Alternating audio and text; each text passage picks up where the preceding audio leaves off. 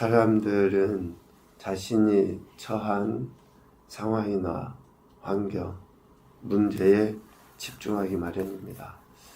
그래서 자기가 지금 처한 그 자리, 또 그 상황이 가장 힘들고 어쩌면 아프고 괴롭다고 여기죠.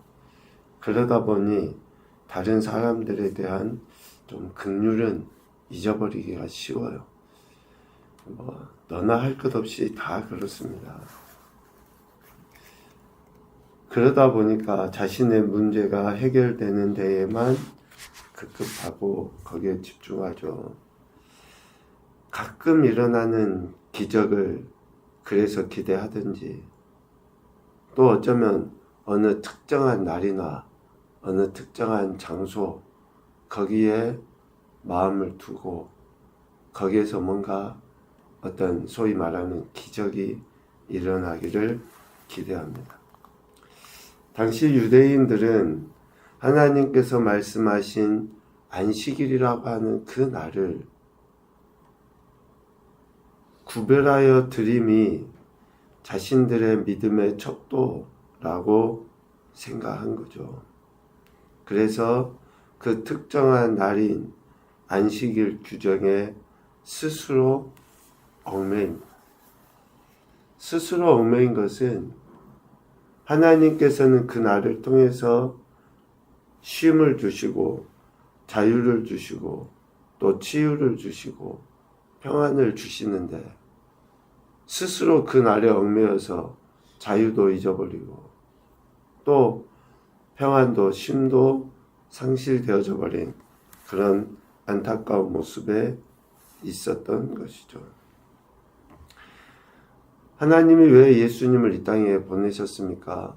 그렇게 얽매여 사는 자들, 그렇게 스스로를 올가매며 자유도 기쁨도 감사도 잃어버린 저들에게 원초적인 죄인 그 원죄에 대한 해방, 그리고 또 그들의 실제적인 문제인 어쩌면 질병이나 이런 삶의 무거운 짐을 해결해 주시기 위해서 예수님을 이 땅에 보내셨던 것이죠. 그 예수님의 오심은 장소하고 상관이 없어요. 꼭 베데스다가 아니어도 상관없습니다. 사람들은 베데스다 연못이어야지만이 되는 거죠. 또 어떤 특정한 날 상관없어요. 그런데 사람들은 꼭 안식일이어야지만 된다고 여기는 거예요. 하나님께서 인생들에게 긍휼을 베푸시기 위해서 예수님을 보내신 것은 어느 특정한 장소가 아니에요. 어느 특정한 날이 아닙니다. 그런데 저들은 그 생각에 빠져 있는 거죠. 그래서 예수님께서 안식일에 38년 된 병자를 고치는 것을 가지고 어때요? 예수님을 박해한 거죠. 오늘 우리는 그렇지 아니한가? 신앙의 기준이 하나님의 말씀이 아니라 내가 될 수가 있어요. 내가 기준이 돼서 그 신앙을 나의 신앙의 기준으로 다른 사람을 판단하고 비난하고 정죄하는 그러한 일을 우리는 하기 쉬운 존재이죠. 오늘 유대인들과 같이 자기들이 생각하는 안식일이 신앙의 기준이 되어요. 그러니까 안식일에 병 고쳐서 진정한 쉼을 허락하신 예수 그리스도를 박해하고 이제 죽이기까지 하려고 하는 것이죠. 그런데 예수님은 하나님 아버지의 마음, 즉 긍휼하심을 드러내 보이십니다. 그날이 안식일이어도 상관없어요.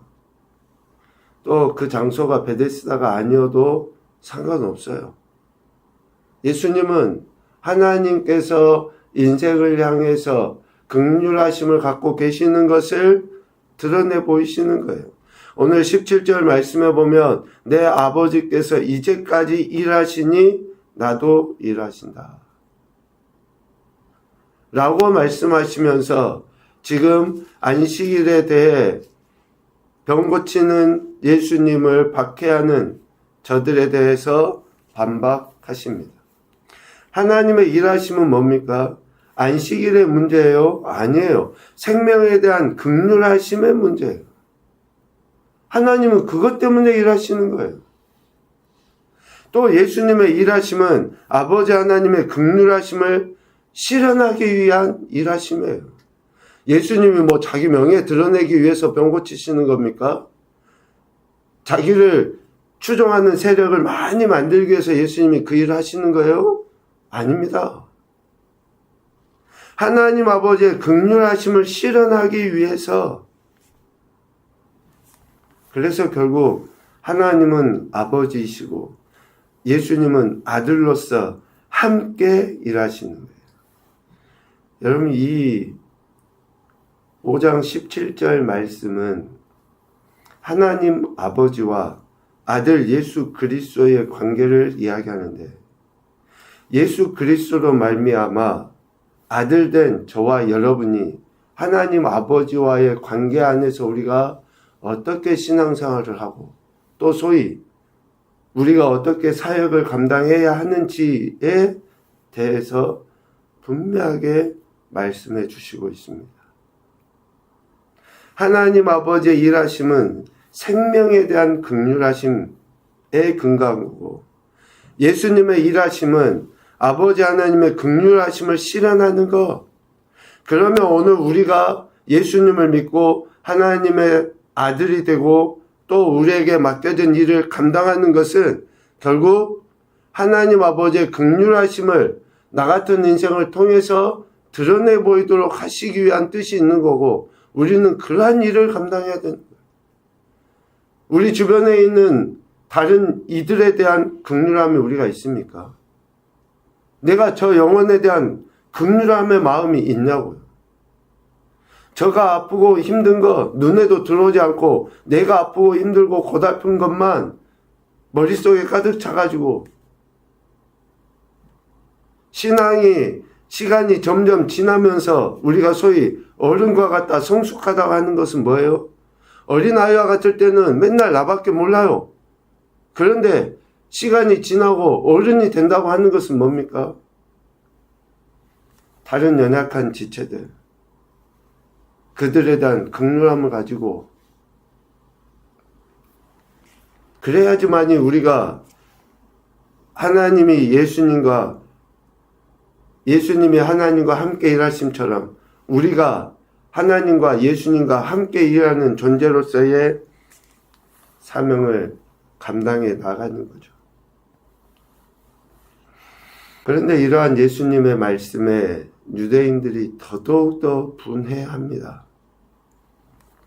예수님께서 안식일을 범하실 뿐만 아니라 하나님을 자기의 친아버지라고 하는 것에 대해 예수님을 하나님과 동등됨으로 예수님이 자신을 그렇게 표현하신 것으로 인해서 이제 예수님을 죽이고자까지 하는 거예요. 역으로 생각하면 오늘 우리의 신앙이 소위 이러한 자기 기준의 신앙을 갖고 있는 이들로부터 박해를 받고 핍박을 받고 있는가 라고 생각해 보면 알아요. 거짓과 아집 속에서 자기의 신앙을 고수하고 있는 소위 말하는 율법주의라고 하는 저들로부터 우리의 신앙이 박해를 받고 심지어는 해를 당하면서까지 이러한 신앙을 갖고 있는가. 물론 우리가 그의 누구의 신앙도 평가하고 판단할 수 없죠. 저가 자기의 고집 아집의 신앙을 하고 있다, 우리가 쉽게 판단은 못해요. 그런데 오늘 말씀으로 비춰서 우리 자신을 그렇게 한번 봐보자는 거예요. 과연 내가 긍휼함의 마음을 가지고 예수님의 말씀대로 살면 살수록 혹시 그렇게 하지 아니하는 자들로부터 왜 유난히 그렇게 하냐? 왜 유별스럽게 그렇게 해? 라고 하는 말을 들을 정도인가? 아니, 네 삶도 힘들고 어려우면서 다른 사람에게 마음 쓸 여유가 있냐? 아니, 너 거나 좀 챙기지. 라고 하는 정도의 말을 들을 수 있는가? 그러한 생각을 좀 해보게 되는 거죠. 예수님은 하나님 아버지께서 긍휼하심을 갖고 생명에 관심을 갖고 일하심처럼 그렇게 예수님은 일하시죠. 이 일을 통해서 예수님은 아버지 하나님과의 관계를 드러내 보이십니다. 다시요. 예수님은 자신이 하시는 그 일을 통해 하나님 아버지와의 관계를 드러내 보여요. 왜? 하나님 아버지가 이 일을 위해서 창조하셨고 이 일을 위해서 자신을 이 땅에 보내셨기 때문에 그 일하는 것으로 아버지와의 관계를 증명해 보이는 거예요.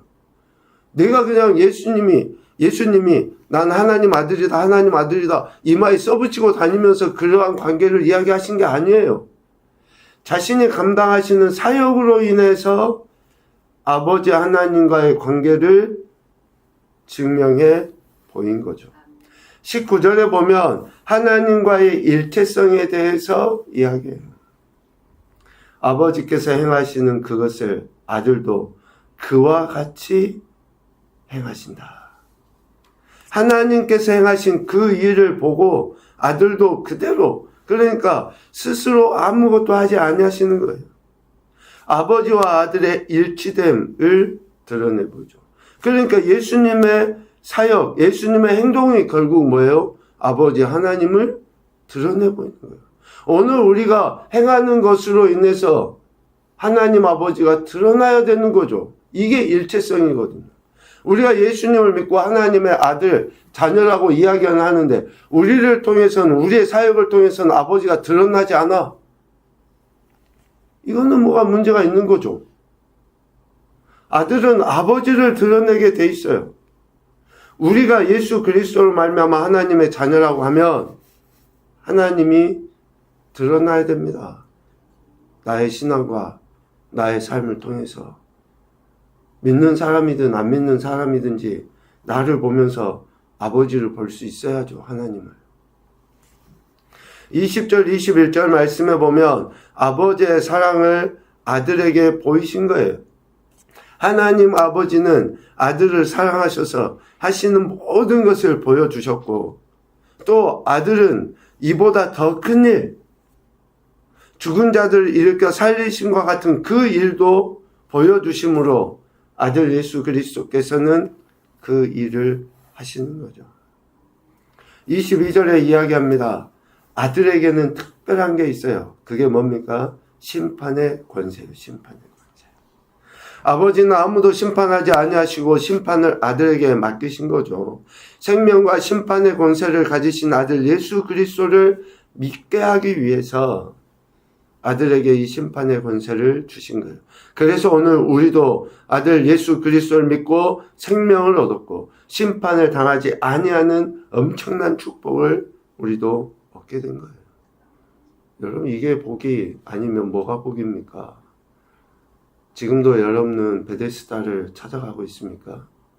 아니면 어떤 특정한 날을 기대하며 그 날만을 소망하고 있습니까? 여러분, 가끔 일어나는 기적에 마음 두기보다는 아들로 이 땅에 오셔서 지금도 나와 함께 하시는 그 주님의 관심이 있어야 되는 거 아니에요? 그 주님은 등한시해버리고. 그래서 오늘 23절에 이야기하는 거예요. 아들에 대한 공경이 아버지에 대한 공경이라는 것을 이야기해요. 아들 예수 그리스도에 대한 공경이 그 아들을 보내신 하나님 아버지에 대한 공경이라는 것을 이야기합니다. 아들을 보내셔서 이러한 일을 행하게 하심은 아들이신 예수님을 공경하는 것이 곧 아버지 하나님을 공경하는 것이다 라고 하는 사실을 분명하게 드러내 보이죠. 결국 아들이신 예수님의 말씀을 듣고 하나님을 믿는 자는 영생을 얻고 심판에 이르지 아니하며 사망에서 생명으로 옮겨지는 것이다 라고 24절에 분명하게 이야기합니다. 결론으로 예수님은 자신이 단순히 안식일 규정을 어긴 것이 아니라 하나님과 동등된 권세를 가지시고 주관하는 생명을 살리심으로 모든 인생을 살아가셔서 지금도 일하시는 하나님의 아들이시다라고 하는 것을 그들에게 선포하신 거예요. 그래서 오늘 우리는 어느 날의 문제가 아니라 또 어느 장소의 문제가 아니라 지금도 살아서 역사하시는 아들 예수 그리스도로 말미암은 생명, 그 은혜를 소망하며 우리는 살아야 한다라는 것을 생각해 봅니다. 첫 번째 교훈입니다. 하나님과 예수님은 한 분이시다. 너무 당연한 이야기 같죠. 그런데 여러분, 우리가 신앙생활 하면 성부, 성자, 성령 하나님의 하나됨을 우리가 제대로 인식하지 못하고 믿지 못하고 살 때가 참 많아요. 적어도 우리의 기도만 보더라도 성령님을 마치 그냥 표현이 그렇지만 종 부리듯이 그냥 무조건 내 말이라면 끔뻑 죽어야 될 정도의 그런 존재로 인식할 때가 참 많아요. 삼위일체 하나님에 대한 깊은 묵상, 이해가 우리에게 있어야 됩니다. 두 번째, 하나님과 예수님의 행하심은 결국 생명을 살리시기 위함이다. 아멘입니까? 생명을 살리시기 위함이에요. 나 같은 인생을 살리신과 같이 또 주와는 그 안타까운 영혼을 살리시기 위해서 하나님은, 예수님은, 성령님은 일하십니다. 세 번째, 예수님에 대한 공경이 곧 하나님에 대한 공경임을 잊지 말자. 예수님에 대한 공경, 존중, 그것은 곧 말씀에 대한 태도입니다. 여러분, 말씀에 대한 바른 태도가 하나님 아버지에 대한 태도임을 우리가 잊지 않고 살아야 되겠다라는 생각합니다. 오늘도 우리에게 생명을 허락하신 하나님 아버지께 감사하시고 삼위일체 하나님의 선하신 뜻에 순종함으로 우리의 삶을 더욱더 아버지 하나님의 기뻐하신 뜻 안에 세워가는 귀한 한 날 되시기를 주님의 이름으로 축복합니다.